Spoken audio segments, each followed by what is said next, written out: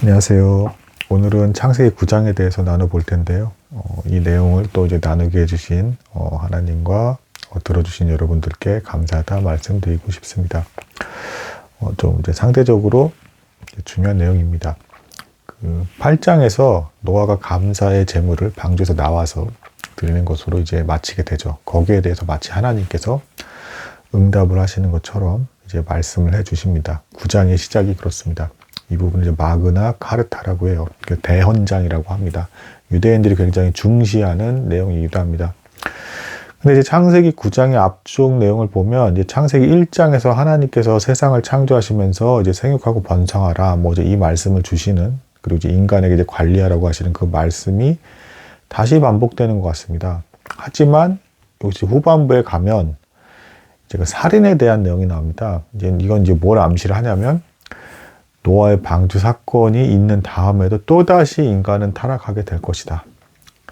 그리고 저 본문을 보시면 노아가 셈, 함, 야벳 이 세 아들 이후에 추가적인 아들은 없었을 것 같아요. 그럼에도 불구하고 또 이 안에서 악인이 나올 것이고 살인이 발생할 것이다. 그리고 여전히 창세기 1장에서의 그 하나님의 명령이 그대로 9장에서 한번 이제 다 홍수가 휩쓸고 나서도 연결이 되는 부분은 이제 많은 분들이 좀 아시는, 인간은 실패할지라도 하나님은 뜻이 변하시지 않으셔서 여전히 그 구조를 그대로 가지고 가신다. 역시 그 노아의 방주 사건이 일어나기 전에도 노아가 이제 그 동물들을 받아서 관리하고 방주 안에서 이제 함께 있었잖아요. 그 관리자로서 역할이 바뀌지가 않고요. 이것이 그대로 쭉 내려가게 된다. 뭐 이제 그런 부분 되겠습니다. 여기서 조금 주목할 부분은 이제 그 노아의 방주 사건 이후로 사계절이 일단 발생을 하게 되고요. 사계절이 발생하게 돼서 이제 기후가 더 척박해졌다는 거, 먹고 살기가 더 힘들어졌다라는 부분이 있겠고, 그래서 9장 내용을 보시면 육식이 허락이 된다. 이제 어떤 그 인간이 고기를 먹기 시작한 어떤 그 시기가 노아의 방주 사건 이후다라는 것이 되겠습니다. 그리고 뭐 이걸 또 창조 과학에서는 그 제가 뭐 전에 얘기했지만 그 물 주머니가 거대 이렇게 했는데 이게 터져가지고 뭐 물이 쭉 이제 내려온 거라고 제가 말씀드린 적이 있잖아요. 그렇게 설명을 한다라고 제가 말씀을 드렸잖아요.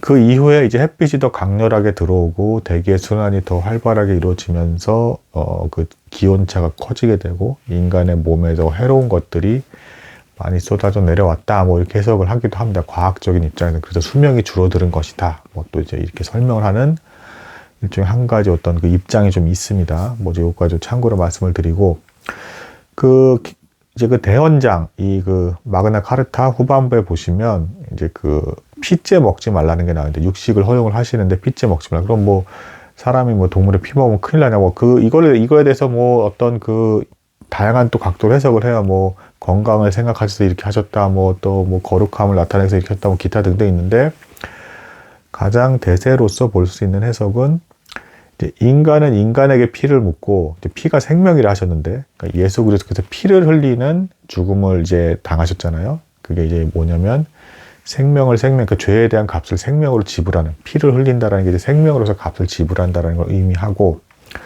그 사람은 사람에게, 그 짐승은 짐승에게 이제 피에 대한 어떤 대가를 묻는다라고 하셨는데, 그것은 인간의 죄는 인간의 형체로 오신, 인간의 형상으로 오신 예수 그리스도께서 감당하실 수 있다.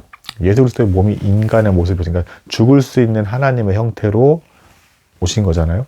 그러니까 그 인간의 죄에 대한 것들을 인간의 생명으로서 값을 받으셨다. 그 율법에 대한 어떤 중요한 어떤 또 내용이 있습니다. 이후에 나오는 율법에 있어서까지도 대신 죄값을 지불하는 것에 대해서 불법이라 하지는 않는다.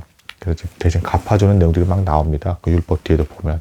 그리고 여기 대헌장에서도 누군가가 생명에 대해서 대신 지불한 것에 대해서, 그러니까 죄에 대한 값, 생명에 대해서 대신 지불한 것에 대해서 받고 있지 않다.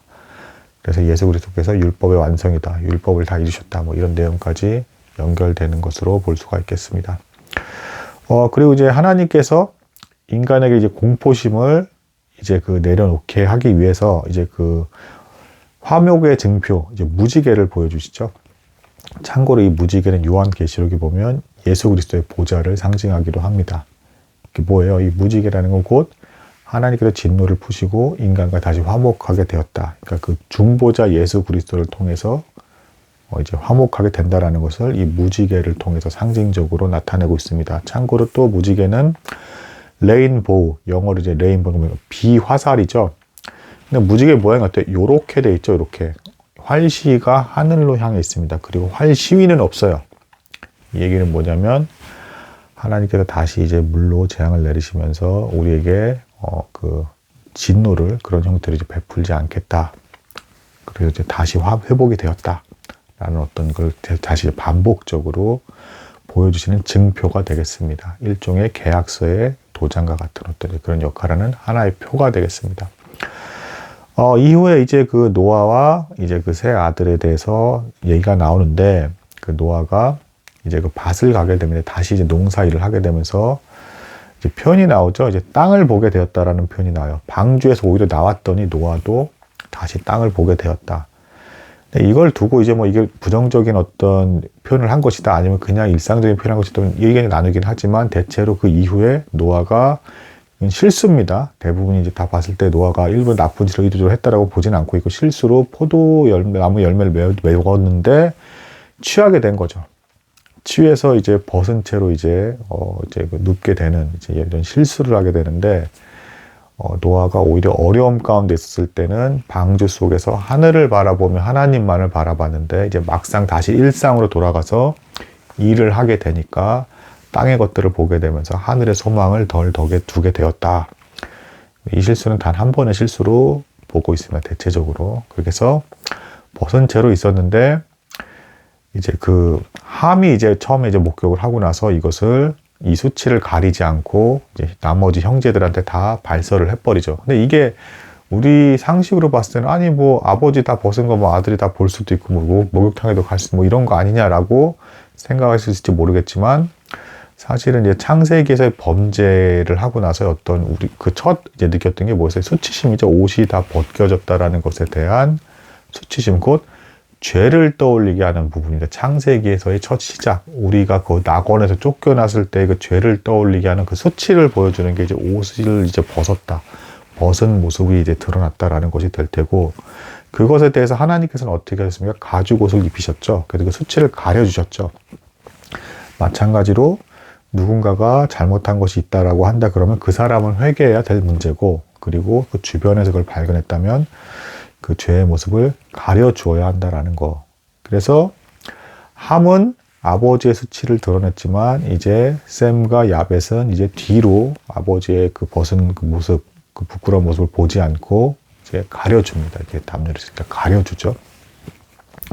이후에 이제 이 일을 알게 되고 노아가 이제 그 분노해서 이제 그 함에 대해서 이제 그 저주를 하고, 그리고 이제 셈과 야벳에 대해서는 이제 축복하는 이제 그 말씀을 이제 전하게 되죠. 근데 이거에 대해서 뭐 또, 아니 아버지가 어떻게 자녀를 그렇게 저주하는 말을 할 수 있어, 이렇게 생각하실지 모르겠으나, 대체적으로 하나님께서 예언의 영, 성령의 역사하심으로 노아에게 그렇게 대언자로서 이제 이 세 아들에 대해서 평가를 하시고 벌과 축복을 이렇게 내리게 하신 어떤 그런 형태로 이제 해석을 합니다. 그러니까 노아도 일종의 선지자인 거죠.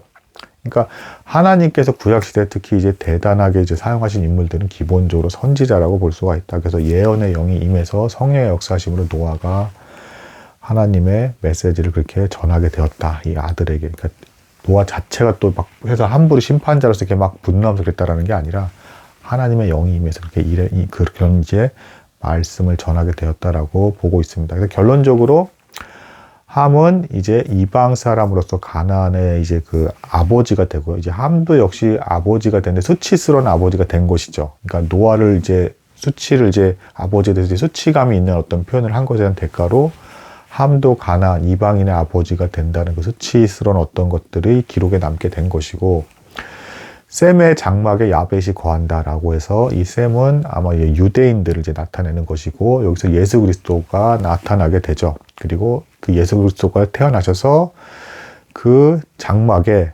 야벳이 거한다라는 것은 이제 그 유럽 사람들과 여러 이제 세계 사람들이 예수 그리스도에서 복음을 듣고 믿음으로써 구원을 받아서 그 장막에 거하게 될 것이다.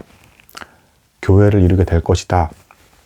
라는 예언으로서 보고 있습니다. 오늘 내용은 대략 여기까지 나누도록 하겠습니다. 감사합니다.